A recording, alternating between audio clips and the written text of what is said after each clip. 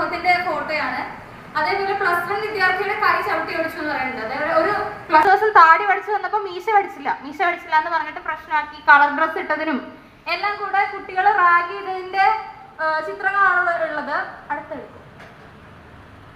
Okay, അപ്പൊ ragging എന്താന്ന് പറഞ്ഞു കഴിഞ്ഞാൽ വെറുതെ ശാരീരികമായി ഉപദ്രവിക്കുന്നത് മാത്രമല്ല, വാക്കുകളിലൂടെയോ അല്ലെങ്കിൽ നമ്മൾ എന്തെങ്കിലും എഴുതിയിട്ടോ നമ്മുടെ പ്രവൃത്തികളിലൂടെയോ ഒക്കെ ഒരു വിദ്യാർത്ഥിയെ പരിഹസിക്കുക, അപമാനിക്കുക, അവരോട് മോശമായിട്ട് റൂഡായിട്ട് പെരുമാറുക ചെയ്യുന്നതെല്ലാം റാഗിങ്ങിന്റെ പരിധിപ്പെടുന്നതാണ്.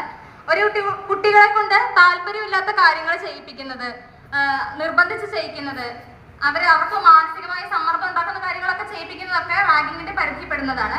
Physical abuse, sexual harassment, verbal abuse, psychological abuse, exploitation, teasing, humiliation, harassment, അങ്ങനെയുള്ള കാര്യങ്ങളെല്ലാം റാഗിങ്ങിന്റെ പരിധിപ്പെടും. ഒരു കുട്ടിക്ക് പഠിക്കാൻ ആവശ്യമായ ഒരു സാഹചര്യം സൃഷ്ടിക്കാതിരിക്കാനും അതുപോലെ ആ കുട്ടിയുടെ സെൽഫ് കോൺഫിഡൻസിനെ തന്നെ തറയും. ചിലപ്പോൾ റാഗിങ് ഒരു കുട്ടീനെ റാഗ് ചെയ്തുകൊണ്ട് ചിലപ്പോൾ അവനൊന്നും പറ്റില്ല എന്നൊക്കെ കുറച്ച് പേര് പറയുന്നത് മിക്ക പേരും ചിലരൊക്കെ കേട്ടിട്ടുണ്ടായിരിക്കും.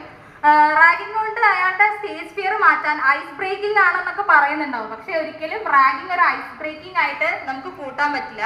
അതൊരു കുട്ടിയെ മാനസികമായിട്ടും പ്രൊഹിബിഷൻ ഓഫ് റാഗിങ് ആക്ട് 2011 വിദ്യാഭ്യാസ സ്ഥാപനങ്ങളിൽ റാഗിങ് ഇല്ലാതാക്കിയിട്ട് അത് റാഗിങ് ചെയ്യുന്നവരെ അതൊരു കുറ്റമായി കണ്ട് ശിക്ഷിക്കാൻ വേണ്ടിയിട്ട് ഉണ്ടാക്കിയ നടപടിയാണ്. ഇത് പ്രകാരം റാഗിങ്ങിന് ജയിൽ ശിക്ഷ, ഫൈന് എന്നിവയൊക്കെ കൊടുക്കുന്നുണ്ട്. അടുത്തത് UGCയുടെ റെഗുലേഷൻ